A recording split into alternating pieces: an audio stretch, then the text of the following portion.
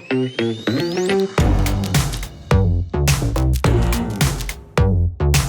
well, welcome, Trevor. Thank you for joining us on our Everyday People, Everyday Leader videos. This is part of a series to develop leadership skills based on Everyday People, Everyday Leader book. So thank you for joining me. Pleasure. And we're looking at the topic today of problem solving. Yes.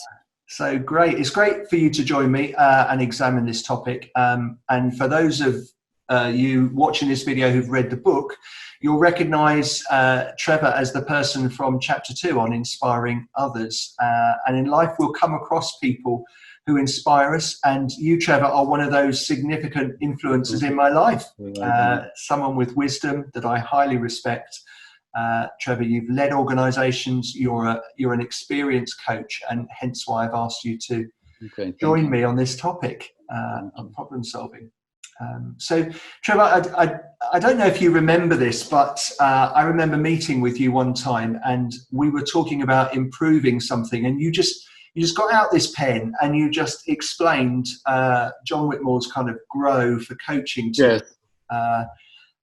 Do you remember that? Do you remember that occasion? I can't say I do. I'd be lying if I said. So it's one of those significant moments for me because it was one of those little pieces in the jigsaw that opened up that view of coaching for me, and it was clear. And I've kind of put this in the book that it's at the root of problem solving and innovation. So, for those who've never had that experience that I had, can you just kind of explain kind of what that is and how maybe it does help with problem solving? Sure. Well, the GROW model is probably the most famous model of coaching in the world.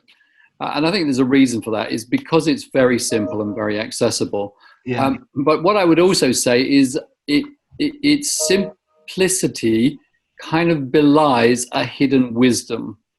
And some people dismiss it because they go, well, that's too simple.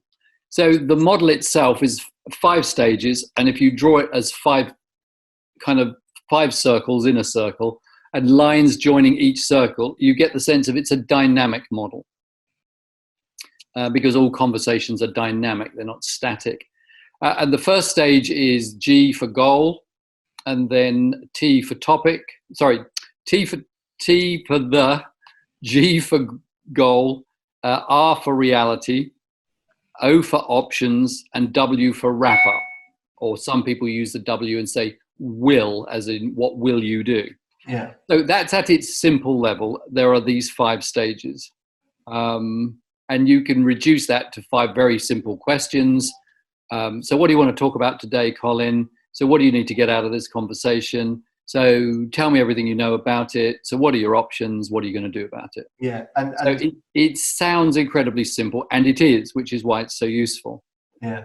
And the reason why I think it's stood the test of time is because I think it embodies a few things. Number one, it embodies the 5 core dynamics of getting towards an answer or a solution.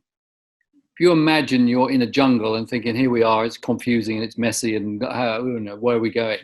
Is what the GROW model does is it lays down a proven track that will get you to an answer. Yeah. All right. So it's going to get you there. That's why you can trust it. And the reason why it gets you to an answer is it embodies 5 core dynamics around effective. It's much bigger than problem solving, but it certainly works for problem solving. 5 core principles around how do you achieve outcomes. Yeah, yeah. And so, what do you want to talk about? What's the topic? What's the issue we need to look at? What's the goal? And we can, as we have this conversation, I'm happy to dig into any bits of that. Yeah. I'd like to say, so I think those 5 core dynamics are all important. We can explore that. And the other thing is, it is dynamic. So example of that, you could get all around to the O, the options. And what you may think, well, we're just coming up with the same old. We've had these, there's nothing new there. And what that tells you is you need to go back. Yeah. It means either the goal isn't clear for the conversation, or the topic is, we're not in the right conversation, or we haven't dug into the reality enough.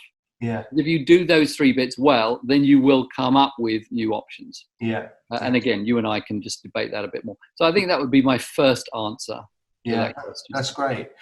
So one of the things that we're, right at the beginning of that is this sense of getting clarity on your goal. So you've talked about this is why it's useful for problem solving, because it is directional, isn't it? We're currently here, and I need to get somewhere with this. But one of the things, I found working as a coach, I don't know if you've had the same, is that sometimes people don't know what the actual goal is, or they think it's over here, but actually when you ask some of these questions, actually there's something that's either far more at the center of that, or actually it's something to the side of that is actually what they need to explore. So how can we get to the root of what the issue is that we need to solve? Sure. And I think it starts with topic, not goal. So I think the work on topic is a lot more creative than a lot of people often realize. So I think, the brain only holds between about 3 and 7 blocks of information consciously at any one time. So you say to them, what do you want to talk about? What's the topic? And they'll go, oh, I want to talk about my manager, or I want to talk about this project I'm running, and they'll give you the conscious download. Yeah. What's there and available at the front of their heads. So in the topic thing, it would be, is there anything else going on? Is there anything else you want to talk about? So you do that work, and then you need to test motivation. So, okay, so you've said there is this issue, this issue, this issue, this issue. So there's 4 potential conversations there. Which one of those is most important to you today?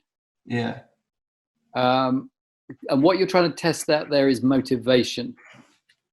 So example, I was just coaching someone in Amsterdam the other day, and he said, well, there's this issue and this issue. And I said, great.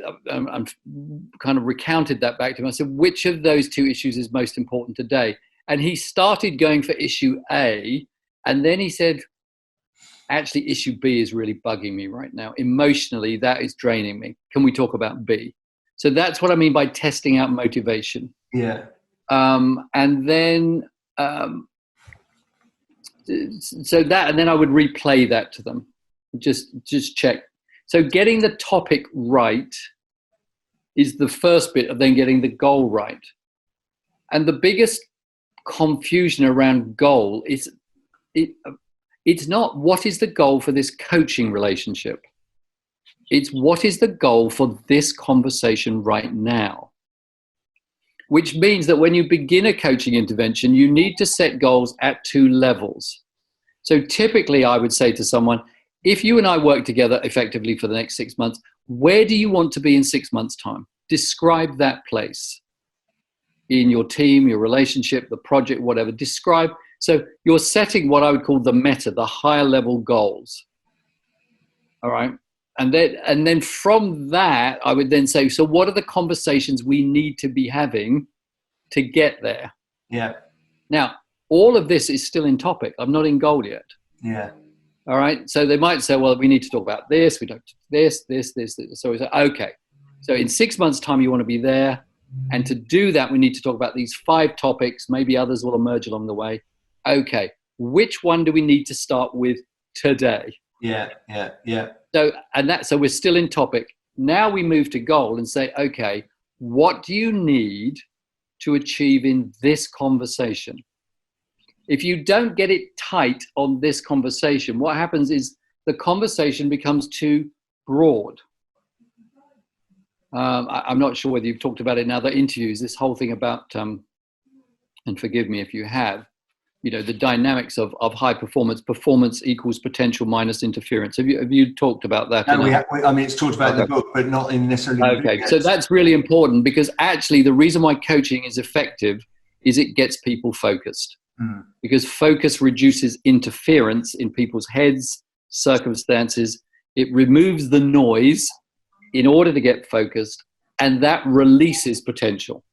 Yeah. So what you're doing by saying, what do you want to get out of this conversation, is you are reducing the noise, you're reducing the interference, and therefore that person's performance will go up, even in this conversation. Yeah. So that would be the first thing I say, is don't confuse goal at the meta level. The grow model is saying, what do you need to go away with from this conversation today? Very tight question. Yeah. So there's this real sense of knowing, you should say, the meta, the ultimate area you're want to go to. What areas are influencing that, and then focusing in the chunk that you want to tackle today, and which is the key one for today to get towards that ultimate position. Yeah. It's worth bearing in mind as coaches. The psychologist Kelly, he had this idea. He called it tight, loose, tight.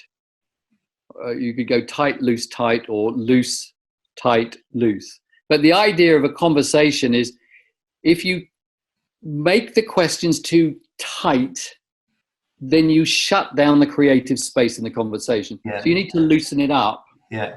So what do you want to go away from this conversation with is a tight question. Yeah. And you generally would follow a tight question with a loose question, which was, can you tell me more about that and why that's important? Yeah. So there's this sense, as I'm listening to you, it's almost like us wandering through a garden. You wander through the garden first, you get a whole picture of things. Yep. Then you can focus in on an area. If however, you just say, what's wrong with this flower bed? Yes. I miss the fact that right over here, you've got an absolute mess that needs kind of mowing. The ditch is flooding. Yeah. So there's that real sense of gleaning first, looking over the stuff to work out what's there. Yeah.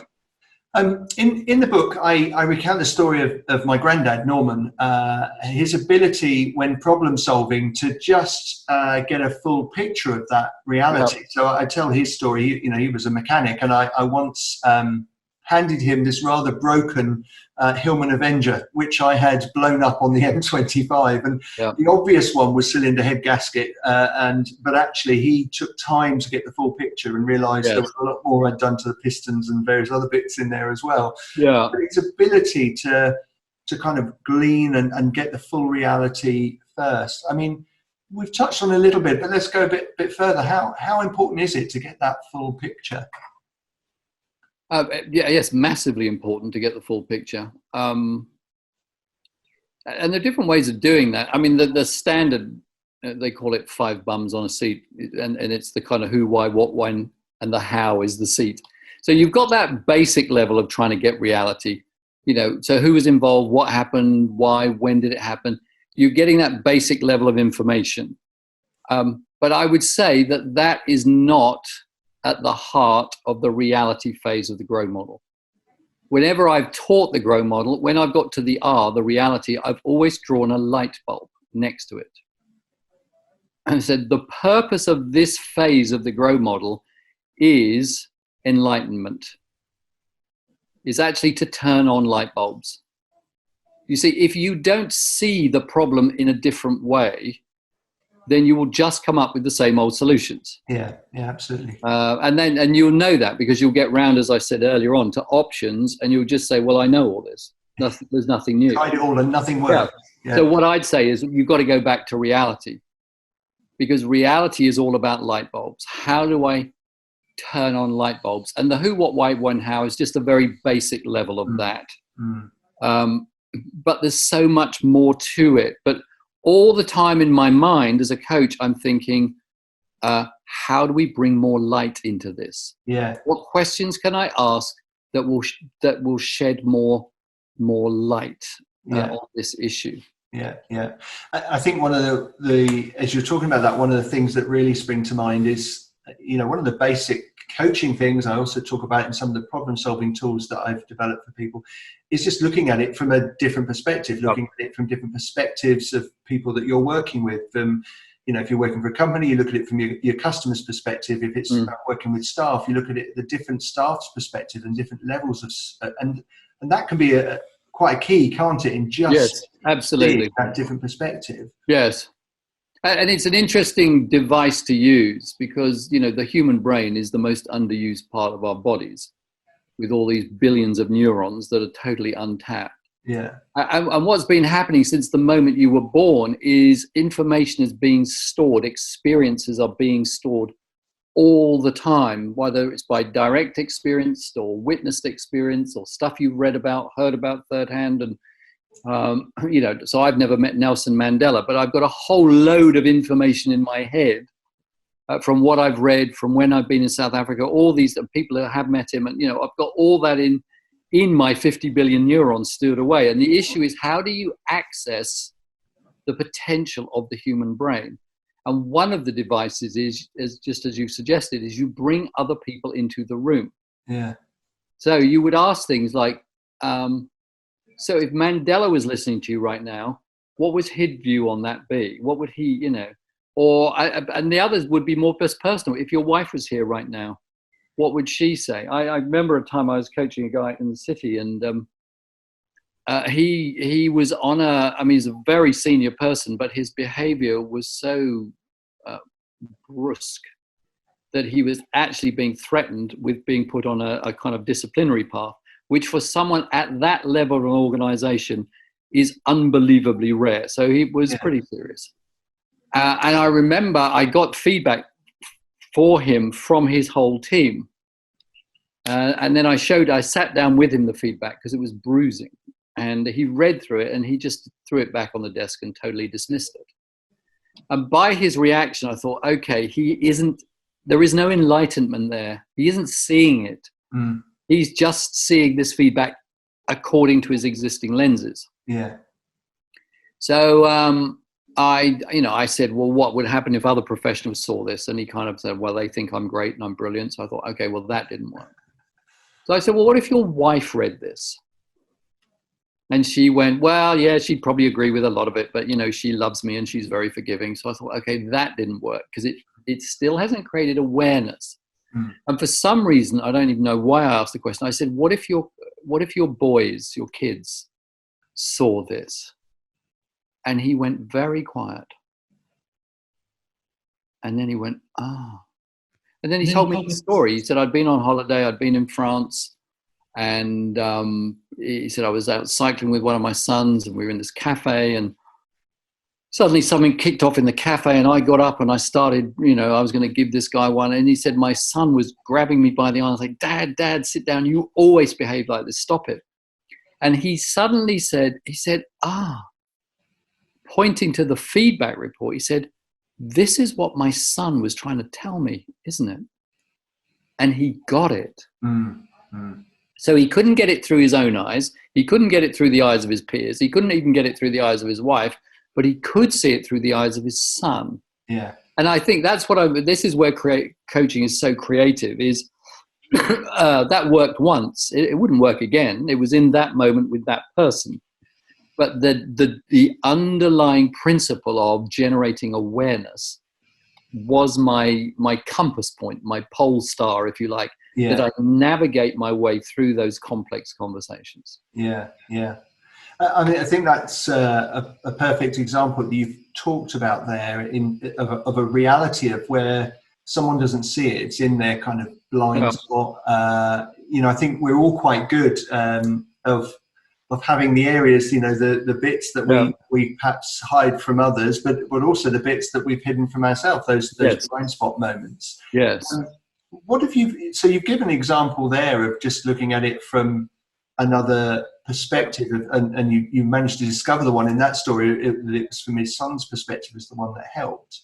But how do we shine a light on reality, both either in a situation we're looking at or particularly if it's something we're trying to work through with ourselves? How? Yes, I think it's a great question. And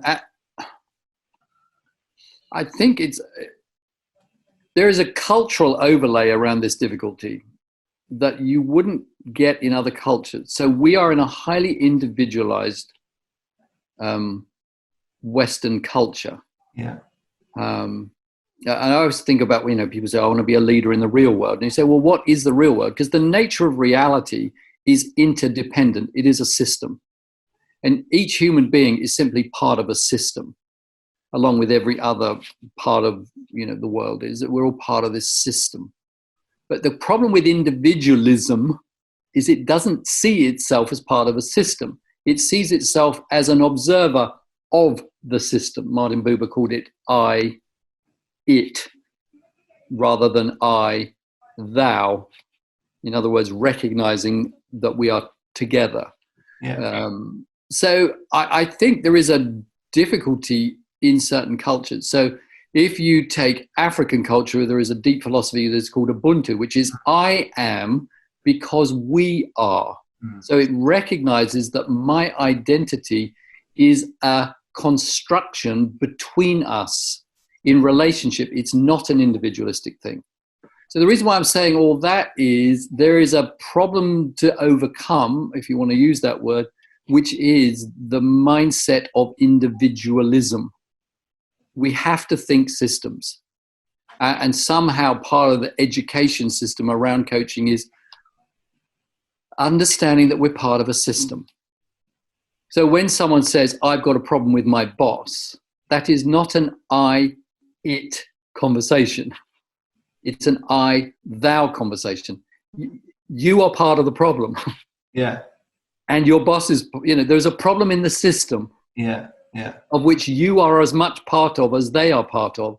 And because you are looking at them, you're saying they are the problem. So I think there are these challenges. So number one, I think you've got to think system, not individualistic. Every one of us contributes to the issue. And so the issue I have to look at is, what am I bringing to this? Yeah. And I'm nothing, I'm fine. I'm absolutely fine. It's them, not me. Not me. So, well, is there something, I remember I was coaching someone once and I was trying to get to some of these issues and someone knocked on the door and the guy I was coaching kind of brusquely said, come in. So the guy comes in and said, look, can you sign off this report? Because it's got to be lodged in the city by this afternoon. Anyway, the guy I'm coaching just bawls him out. Just said, Dad, can't you see I'm in this conversation? And really, brusque and sends this guy with a flea in his ear and off he goes. So when the door is shut, I just said to the guy, I said, what just happened there? And he said, what do you mean just what happened? I said, what just happened? And he said, well, I don't understand what you mean. I said, well, something just took place. What took place? And he said, well, we were just interrupted. I said, yeah, well, just slow down the camera a bit. What happened? But he said, well, he came and interrupted our meeting. I said, no, just slow it down a bit more. What actually happened? Let's go back. There was a knock on the door. Okay, what happened next? Well, he just walked in. No, there's something happened between him knocking on the door and walking in. What happened? So we worked it through, and I just replayed the whole thing. I said, he knocked on the door. You said, come in. So you offered the invitation. So he comes in. He offers this report. I said, was his request legitimate? He said, yeah, it's absolutely legitimate because it is, the trademarking thing shuts at 3:00 this afternoon in the city. And so, okay, so someone knocks on the door, you invite them in and they come in at your request and they make a legitimate request. What then happens? Well, I just said, I'll sort this out later. I said, well, what did you actually say? And how did you actually say it? So we deconstructed that and he went, oh my goodness. And then he said, so can you just hold on a minute? So he left the room and he went down the corridor and he found the guy and he apologized to him. And I thought it was a great example of we just don't see ourselves. We don't see that we are contributors to the system. And when we've got poor performance in our team, we assume, oh, it's them. Well, it might not be them at all. It may be you're terrible at getting your team clear. Yeah. It may be that you have this constant sense of low-grade anger about you. So everyone keeps their distance and withholds information because they're frightened of you. Or, that's what we've got to get to, is you are part of the system. So it's that honest reflection, looking at what part of am I playing this, and possibly using sounding boards of others like a coach or a close friend that we know will call it with us appropriately to investigate our part in the situation as well, and building those relationships to do that. And that's why I think all leaders should be in therapy. All leaders need coaching. And people laugh at me when I say that. Well, we'll be in therapy, we're leaders. I go, actually, you have no idea. Most great leaders are in therapy. So, well, I didn't know that. Well, of course you wouldn't, because it's private, but actually they are, because they're looking at their own stuff. And it's like coaches, it is beholden of any coach to be in supervision in order to look at yourself, because even as a coach, you become part of the system. Yeah. You can collude with them and, Yeah, great. So one of the elements is this whole options thing. And I mean, I'm often intrigued by when people have a problem, they kind of snatch at that first solution that comes to mind, or that someone else has done. Oh, no, you know, I've worked in education, a number of schools. Oh, we'll do this because this school down the road have done it, or whatever. And I see the same now working with business leaders, just snatching at the first thing. So how important is this thinking creatively? And if it is important, how do you do it? How do you generate that in yourself? Something that I'd come back to is what is coaching? And I used to work with Miles Downey, and I think his definition to me is still probably the best, is, you know, coaching is the art, it's an art of facilitating, and facilitating is to make easier. So it's an art of facilitating performance, learning, and development, all three: performance, learning, and development. So there's something about, if we own that good coaching creates learning, then part of the challenge of coaching is when people just jump to the early solutions is probably they're not learning. And it's true of all of us in life. We all want shortcuts. We all want the easy thing. You know, I joke about this whole thing about transformation and transformative leadership and all the rest of it. And I say to people, have you any idea the personal cost of transformation and how long that takes? You know, there's a deep learning journey. You can't buy transformation, you know, at a one-stop shop or in a can off the shelf at Sainsbury's. So learning is very important. So is there learning taking place in order to arrive at that solution? So that's what I think. Now, it could be that someone just has never stopped and thought, and that the solution they come up with is very obvious. They just hadn't thought about it. So if they hadn't thought about it and it's obvious, then that may be exactly right. But if they had thought about it, but they're just pulling it off the shelf, then I really would question it and say, okay. And I think the thing about that options thing is it's not a one-off conversation again. You know, what are your options? We could do this or this. That's where it starts, but you've got to dig deeper. You say, well, what else could we do? And what else? And what else? And what else? And if time and money were no object, what else? What else? And if Nelson Mandela were sitting here right now, what would he suggest? If your mother-in-law was sitting, what would she say? And it's the idea is to generate as many solutions. And then that's just the first part. And then start getting creative around them. So let me give you an example. I'm coaching someone, and it's an issue with their boss, and their boss was, by all accounts, behaving very badly and creating lots of frustration around them in the team. And, you know, we got to what are the options, and I don't know. And he said, well, I don't really know what to do. I said, well, what, anything? What? And he said, well, kill them. And then they laughed. And he wanted to move on. So I said, no, well, just hold on a minute. You said kill them. I said, what was good about that solution? He said, well, it's terrible. You know, it's murder. All right. I said, so yeah, it's a bad solution and you'd end up in prison. So we know why it's a bad solution. But I said, why was it a good solution? And again, you get this pause. And when you get that, you kind of know some thinking's going on there. And what he said was, it can't go on anymore. I can't take this anymore. I said, great. So somehow there has to be an option that conveys the message to this person, enough's enough. Without physically killing them. Without physically killing. You just need to. So then I said, so let's brainstorm some options about how you could convey the message, enough's enough. And then we got another 7 solutions about things you could do. I think the other thing about options is very seldom is it one thing. It's usually a little suite of options that you put together that create a solution. Yeah. So I would do things like test it out. You know, when people come up with options, I'd do, all right, rate that on a scale of 0 to 10. And once you've rated it, then you say, let's say,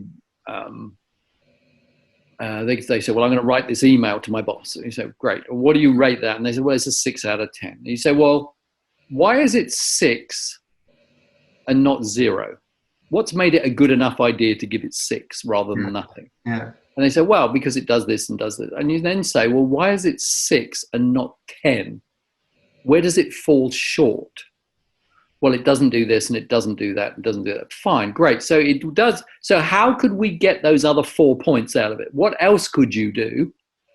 So then you might say, well, what I'm going to do is I'm going to phone them first and tell them, and then I'm going to send the email. Okay, and what else could you do? So you put together this little suite of options to make it work. Yeah, and because you've taken time to really push the boundaries on creativity, you know, to the point of even asking if your mother-in-law were here, what would she be advising? And you know, you're looking at it from all these different perspectives.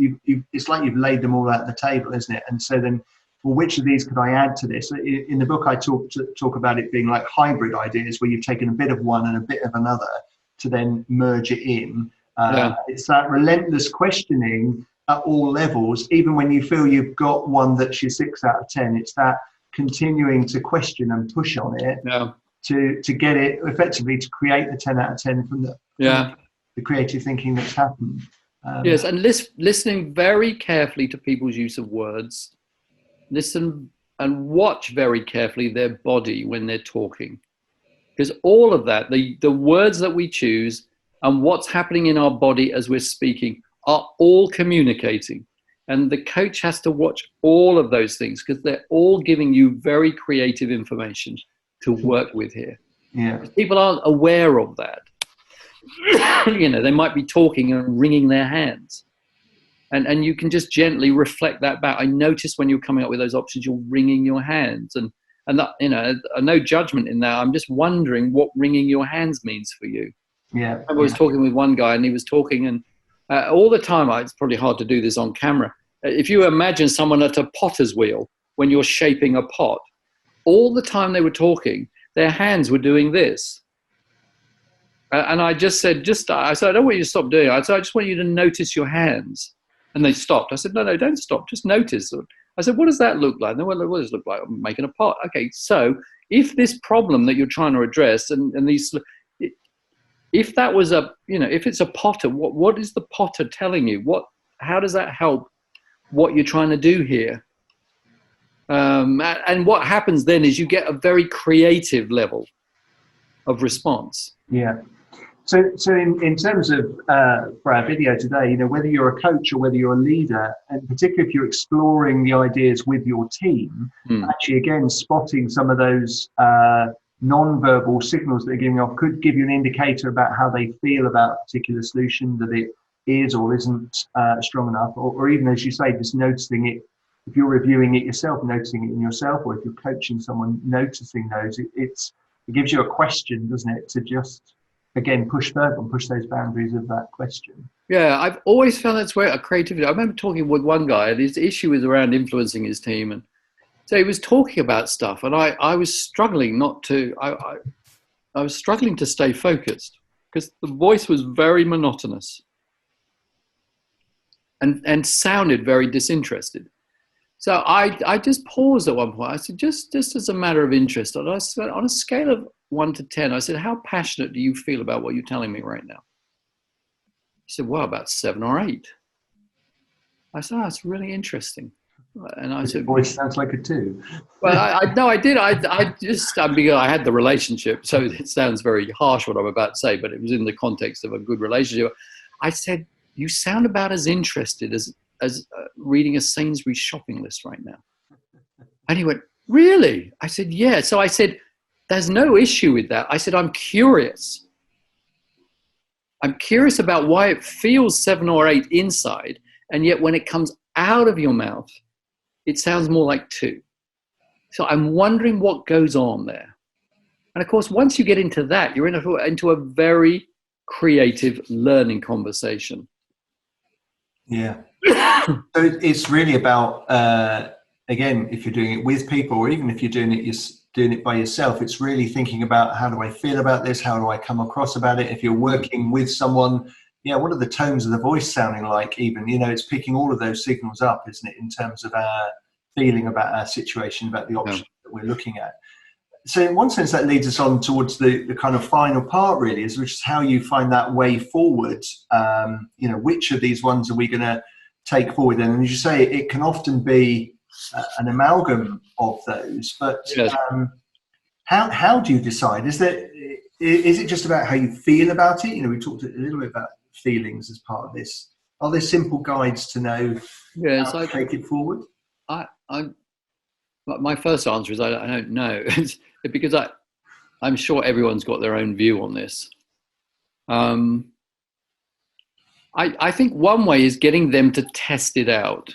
So motivation. Which one do you feel motivated to do? Especially if you're working with someone over a long period of time and they feel motivated to take a particular action, and you are sitting there thinking, well, I'm not sure that is exactly going to hit the ball out of the park. But if they feel motivated and it will give them a sense of kind of success and confidence, then I would let them start there. I think if I've been seeing them for a number of months, and then I might then begin to challenge or push harder. I mean, one thing I used with people is I call it the hot air balloon analogy. Is that hot air balloon, the thing that gets it up is all that hot air pushing it up, and the thing that pushes it down is gravity. And the power, the energy, the force going up has got to be greater than what's pushing it down. So every solution that someone comes up with, any action, has got to somehow win the hot air balloon test. Yeah. So I would do that with people sometimes. Say, look, what's going on that will make this work? Yeah. And they might say, well, my team's really for this and I feel motivated. Great. These are forces that are going to get it up. Yeah. What's going to push it down?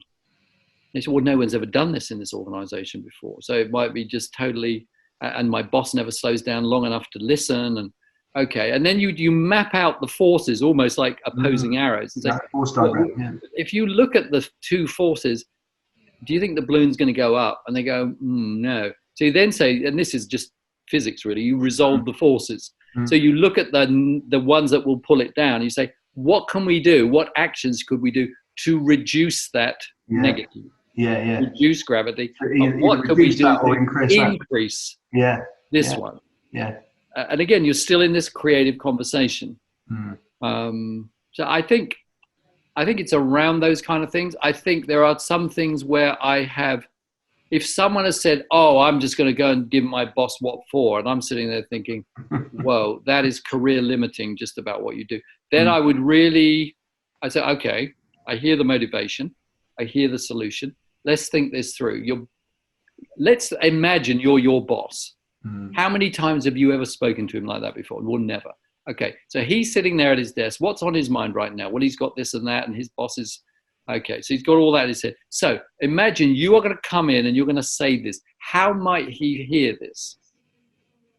And go, well, he's probably not going to be very happy. So, yeah, I think it sounds like he might not be very happy. So is there another way? So you want to kind of work with their motivation, but you don't want someone going into a situation and limiting their career or doing harm to themselves or someone else. Yeah. And I guess it comes back again, that comes back to your analogy around the balloon, isn't it? That actually you could take that action, but actually what will be the opposing forces for it? And also just thinking, what's your ultimate success? You want this to fly. Well, actually, if you take that action, yes, that will go up, but actually your boss is likely to shoot your balloon down with significant force. Yeah. So you might feel better, but you've actually broken the trust of everyone else in the team. What do you want to do here? Yeah, and in terms of then the longevity of your balloon being able to fly. So I guess it comes back to that creative thinking as you've talked about, and just weighing up the solution, and just, I guess, weighing its merits and its chances of success, and what might be the saboteurs to that, isn't it? And therefore, how do I either reduce the saboteur or increase the power to make the saboteurs less powerful? I think, the guiding light for all coaching, leader coaching, coach coaching, is awareness and responsibility, is raising people's awareness and generating responsibility in them. All the time, you've got to keep the responsibility with them. If you find yourself as a coach doing the problem solving, you'll know it because you'll think, I'm doing all the work here. or I'm coming up with all the solutions, or all the energy is coming from here, all the words are on my side of the desk. All of that will tell you that you are feeling more responsible than they. And not only does that tell you that there isn't much learning happening, and you're probably looking after your own fears more than your clients' fears. I think it's also dangerous, because it's likely if the problem backfires, they're going to come back and say to you, I went and did that thing you said I should do, and it didn't work. And hey, I'm now on a 3 months performance warning. So I think we have got to be very careful around ensuring that they are fully responsible. And part of that is testing out those solutions. Great. Trevor, we've worked our way through the GROW model, both looking at it in a coach's perspective, but just seeing how that can equally be used for leaders kind of solving problems as well. So just drawing us to a close, finally, what would you say are your top tips for solving problems? You've worked as a leader as well as a coach. So what are your top tips? I'm probably going to just throw the old proverbial spanner in the works here and say my biggest thing is I want to challenge the word problem. I think it's become management shorthand. And we all use it. I'm as guilty as anyone else, but I think it's shorthand. See, what do we mean by problem? Problem is it's a word, it's a construct. Why is something a problem? A problem to who? Why are we calling it a problem? Generally, we call something a problem because we're walking along the road in life, work, whatever, and there is some kind of dissonance, some kind of disruption that is uncomfortable for us. Well, that's not a problem. That's called growth. Okay, at that moment, it's called growth. That's all growth comes through disruption. All transformation. You can't have transformation without some, whether it's cognitive dissonance or emotional dissonance. And the danger is we then say, there's a problem. Mm-hmm. Well, it's not a problem. What is something's happening. And the danger of labeling it a problem is we can then reduce the issue. Life is a complex and dynamic affair. So I think it's more helpful to say, something's going on here. Let's get curious. You see, you and I might be sitting, we've worked together on stuff. For you, there was no problem. It's like, the road is clear ahead. For me, there might be some disruption. And I'll say, there's a problem. Well, what is it? There is a disruption. There is a dissonance. There's something. I need to get curious. I need to get curious about why is this happening in me? Why is it happening in me now? What is going on? And then if I replace the word problem with the word curious, get curious about what's going on here. I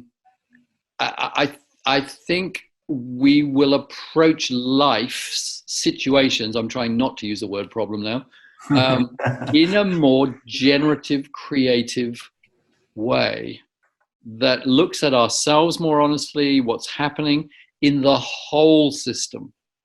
I mean, everything, you could say there's a problem with racism right now.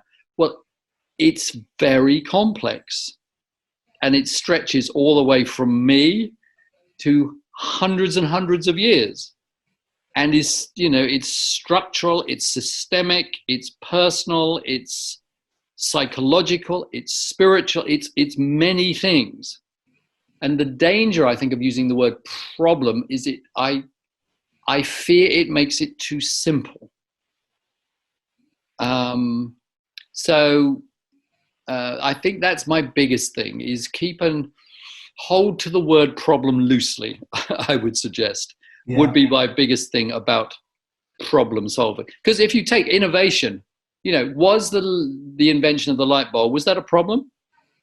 You know, was the invention of the phone, was that a problem? Were these problems to be solved, or were these kind of evolutions in, we need more, with more light in a room, we can do more things.